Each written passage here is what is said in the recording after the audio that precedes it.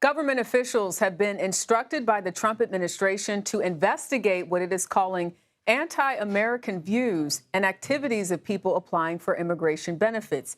Now, this includes those applying for green cards and work permits. It's the latest initiative by the Trump administration to restrict access to legal immigration benefits. For more on this, let's bring in CBS News immigration and politics reporter Camilo Montoya-Galvez. So, Camilo, how is the government defining anti-American views and activities? It's an excellent question. According to this memo by U.S. Citizenship and Immigration Services, the federal agency that administers the legal immigration system here in the U.S., officials now have to determine whether applicants have any ties to what the agency considers to be an anti-American group, or if they share the views of that group.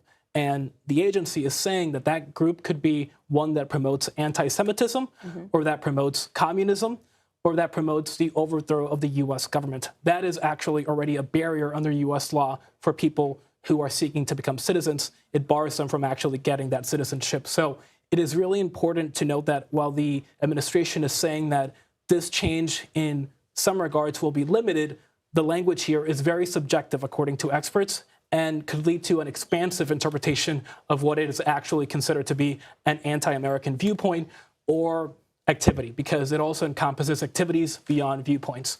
And this is really the latest effort by the administration to tighten and restrict access to immigration services, including by placing higher levels of scrutiny and vetting on applicants for immigration benefits, too. So also want to ask you about the federal appeals court. It granted a stay for that now allows the Trump administration to end temporary status for migrants from Honduras, Nicaragua, and Nepal. So what's the impact there? Well, just to level set, earlier in the summer, a federal judge in California, Jerica, found that the administration could not terminate the TPS, or temporary protected status programs for people from Nepal, Honduras, and Nicaragua, because she found that that decision was actually racially motivated by Homeland Security Secretary Kristi Noem, an allegation that the administration has, of course, refuted and rebuffed. But now an appeals court has said that that order has to be paused while the actual merits of the case are litigated. And so now the administration can move forward with that original plan to terminate the legal status and work permits of more than 60,000 immigrants from these three nations, two in Central America and the other in Asia. It's a lot of people who, some of whom rather, have been living here since the 1990s.